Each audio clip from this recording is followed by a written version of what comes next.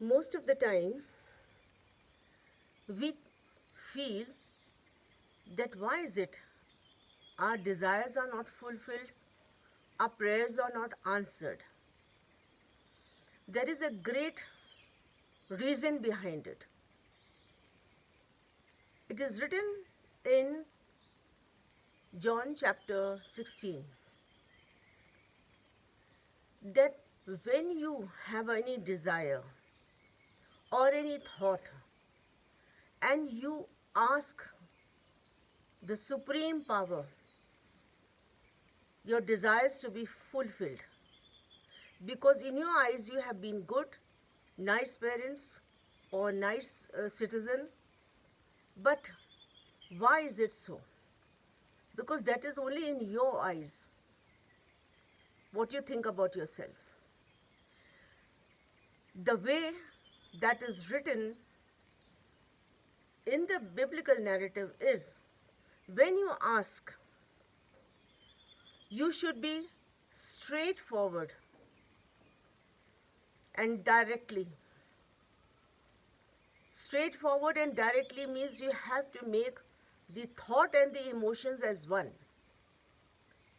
And when you ask through His name. Whatever God you believe in, put that in His name and then ask. And most powerfully, it is written, without hidden motives. And then you ask in the language that the field recognizes. This means that when you are asking, you have certain prayers, certain ways to ask with the full energy. It's not that you just go to a temple or a church and just say your prayers and give your petitions and come back. No, it is from the heart. Like if you go to a very nice, sensitive relative or a friend, and if you have any emotions to share, you know that this person will leave any work but will listen. So he or she understands that a person has come because he's troubled and is sharing his emotions, so he will listen. But then there is another relative who does not understand. His field does not understand any emotions. So even if you go to them and try and pour your heart for some emotions, their field will never recognize the emotions because they are emotionless. It is the same way. They will not have time, or they will just not pay any attention to your problem or to your emotions. So the field should be correct when you are saying a thought or asking something to be rectified or to be done. There's a very great philosopher of the early 20th century, Neville Goddard. His books and his sermons are so good, his thoughts are so good, and in which one of the wordings that I liked of him is that when you dream, make your dream as a present. Envelop it in yourself into it. It is like if you are dreaming to have, suppose, a workplace, to be go somewhere, make a house or anything. Start putting yourself, like when you make a house, you make a blueprint. In your mind also, you must be having a blueprint of the place that you would like to have. So start living from the gate till the end into that blueprint of yours, where you have imagined to have maybe a river, maybe some mountain, maybe some farmhouse, whatever inside of it. lawns, big lawns, nice garden, people coming and staying with you, having nice sessions of prayers, whatever is your dream. Start living into it as if it is done. And when you close your eyes, you enter into your dream that it is this, I am here. This is my room, this is my lawn, this is my prayer room, this is the place where I have my grandchildren or children. Everything that you have in your mind, live into it. So when you make one, two as one, the thought and the emotion, because the thought is what you are thinking of doing, wanting, and the emotion is from the heart, which has the electromagnetic and magnetic and electrical fields both. They do create doubt into my mind. When the doubt comes, the chain breaks. So the thought and the emotion has to be as one. Secondly, do not be in a hurry. Because when you are in a hurry, I do not understand when people say they are too busy. They are never too busy. Because anything which has been planned or done in the calmness of the mind, then God never hurries. His works are never hurried. Therefore, His works are always certain, sure, and it's done. Whereas the man's work are uncertain also. Because in hurrying up too much, the calmness has to be played. It plays a very important part. When you are calm, then only you leave an impact. When you pray also, you should be very, very calm. And that calmness will only come if you quietly sit in the morning hours and meditate into your prayers, whatever prayers you do.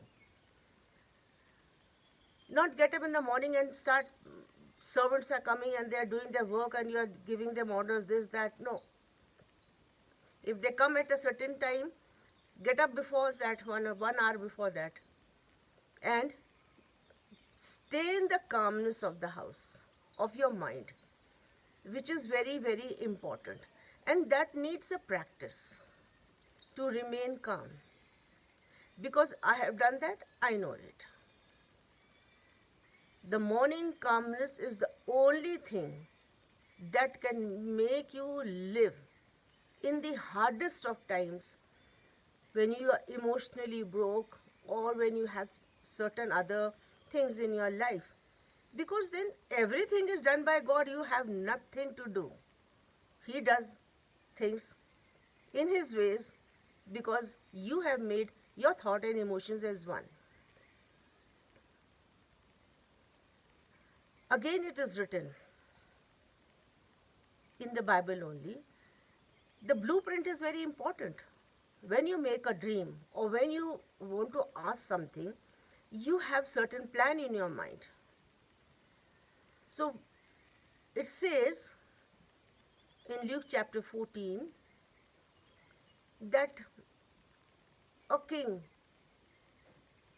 going on a war will always sit and first make a plan, the strategy. If he has 10,000 soldiers, the other king has 20,000, then first he will make a plan to have a peace treaty, so that he knows he cannot fight with many soldiers. He has less. So first he will do peace treaty. And then again it says that if a man builds a house, won't he make a blueprint and first chalk out the money he has got? Because if he has just laid the foundation without making the strategy first and making the money part and the foundation and the making of the building as one, then only, otherwise his work will be incomplete. because he is not talked about the money, he is not planned what money he has and what kind of house he is making. Then again it says, the thought and emotions have to be one. Like if you make a dish, very tasty chicken or any dish, and you have not put salt into it, it will be of no taste. But the moment you put salt into it, the salt gets into it, which cannot be taken out again.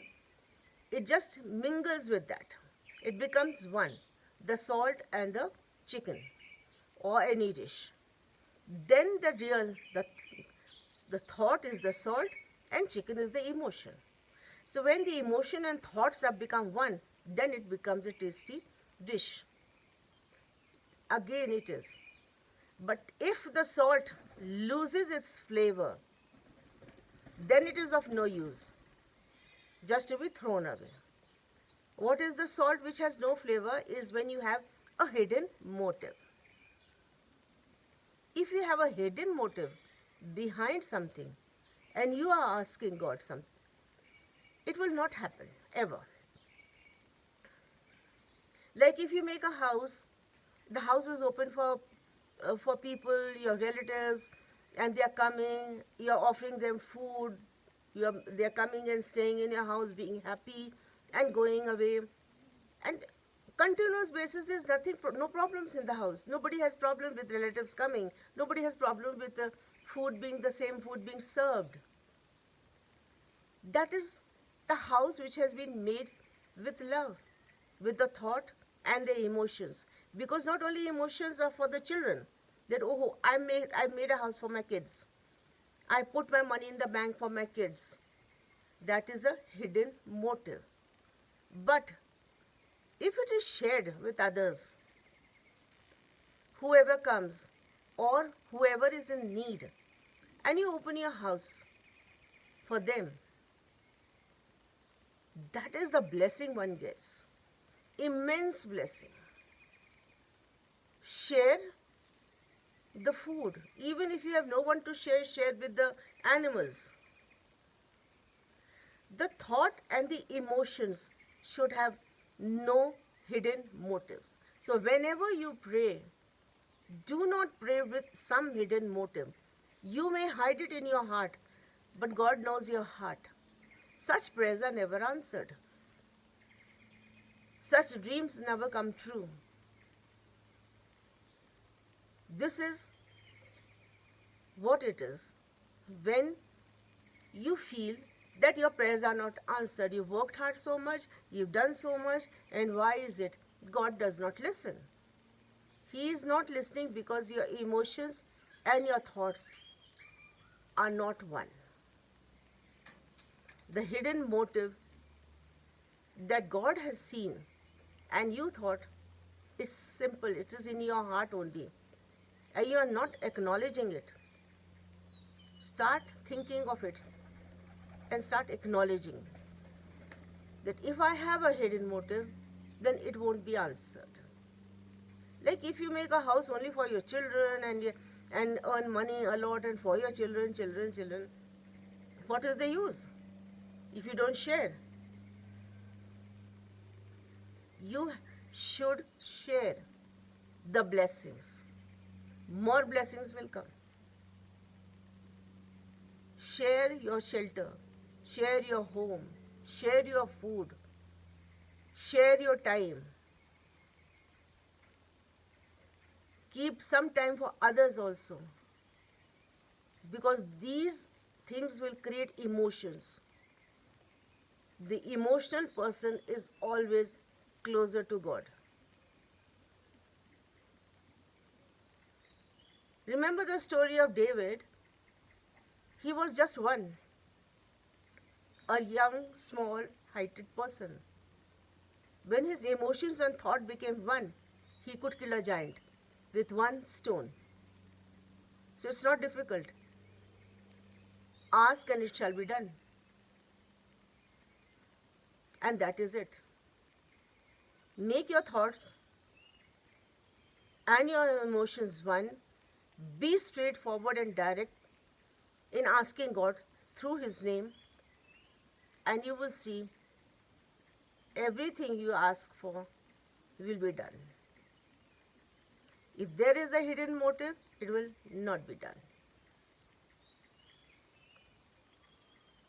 These are the messages that I have taken from the biblical narratives also and written on my own way. I hope you liken the thoughts that I share with you. Thank you for liking so much my videos.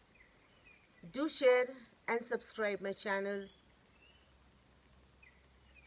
The Words of Wisdom, decoded by Anita Benepal, and I am Anita Benepal. Thank you so much for watching, and God bless you all.